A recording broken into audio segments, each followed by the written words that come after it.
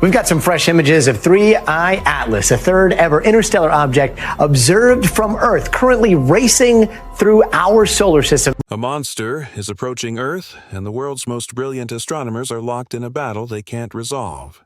Right now, at this very moment, hurtling through the infinite darkness of space at speeds that would obliterate anything in its path, something colossal is heading directly toward our planet.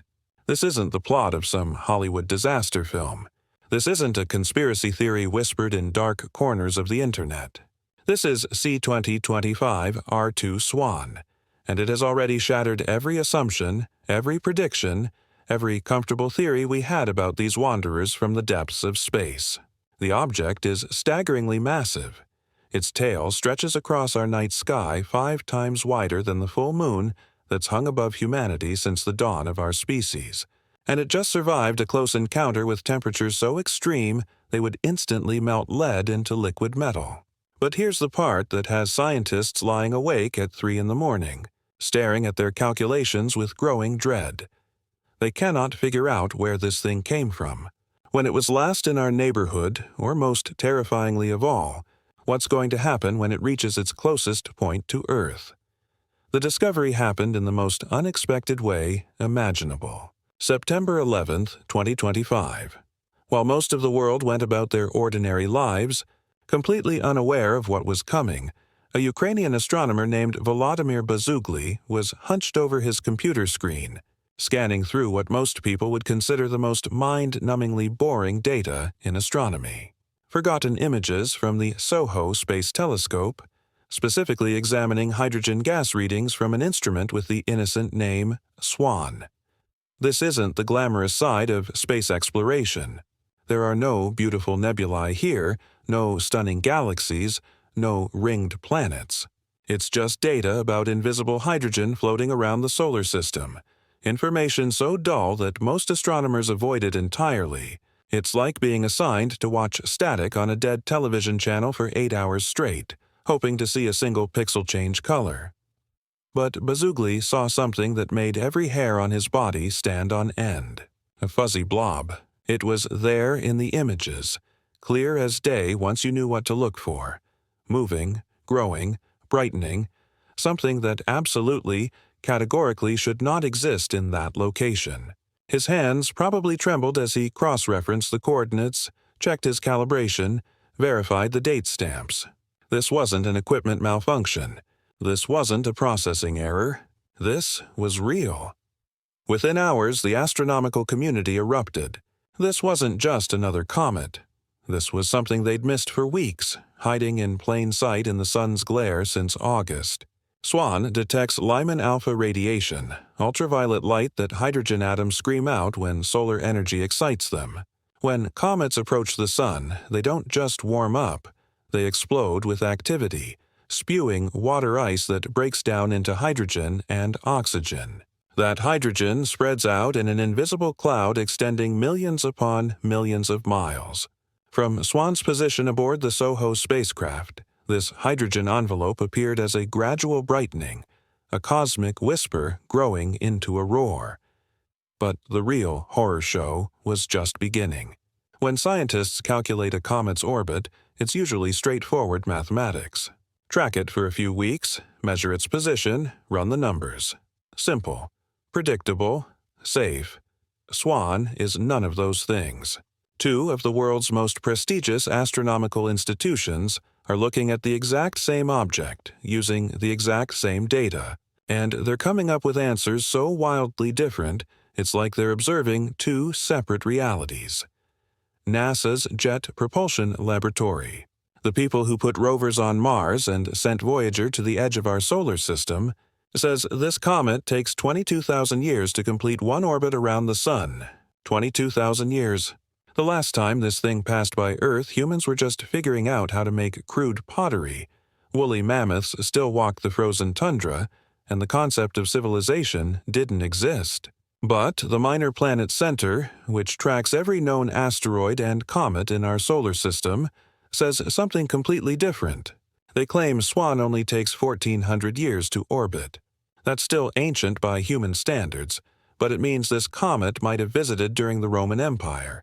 might have been seen by people who could actually write down what they witnessed. How is this possible?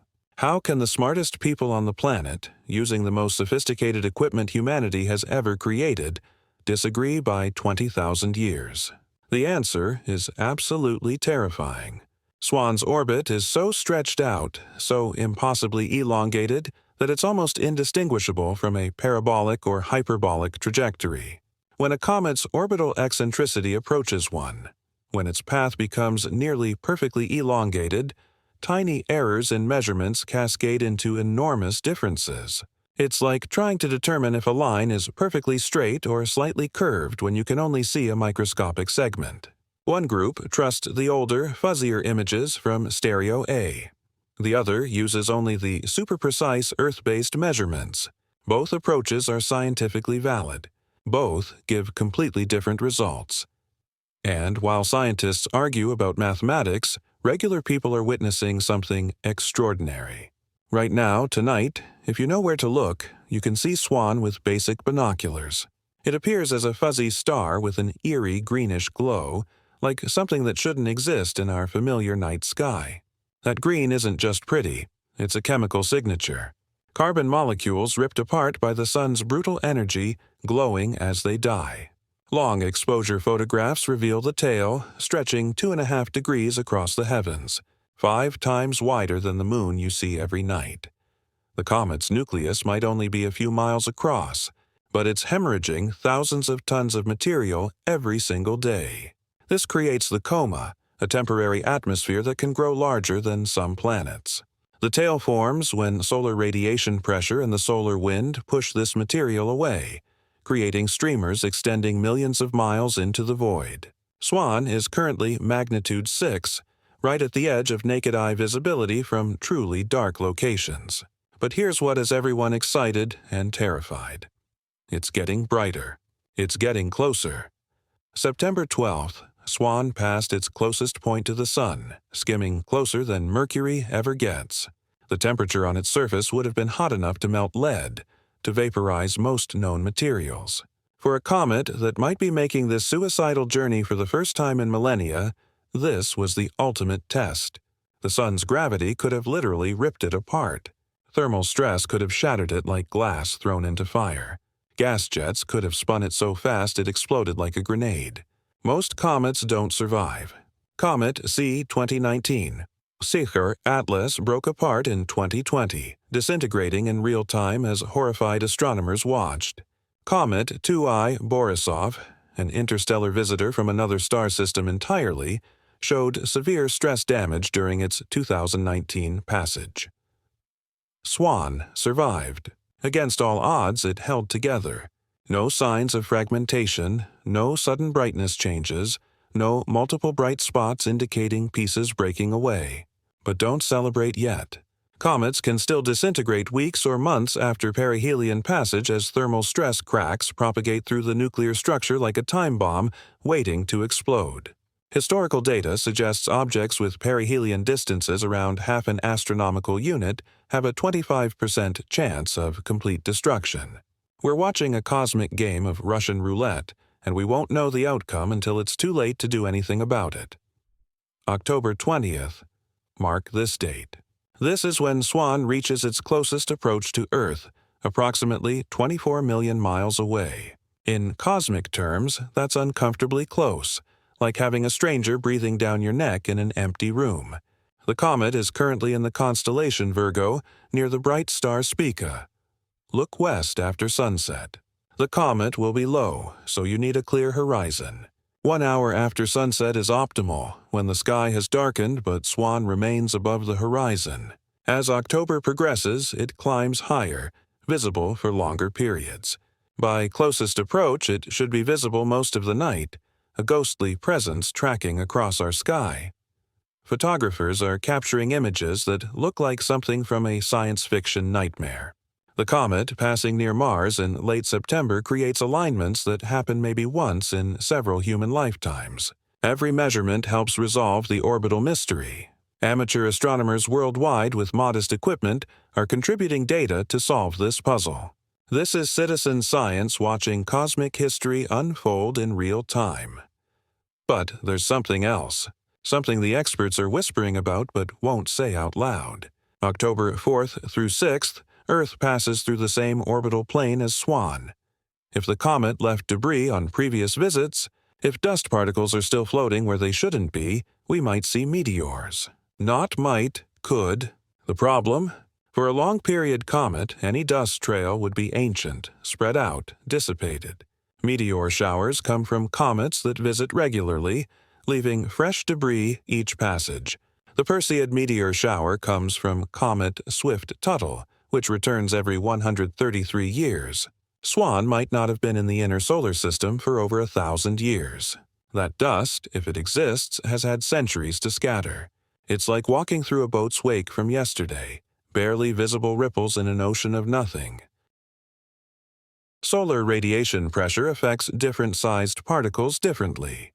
The meteoroid stream spreads both along the comet's path and perpendicular to it. Larger particles maintain orbits closer to the original trajectory. Smaller particles get pushed into orbits that may never intersect Earth. We might see nothing.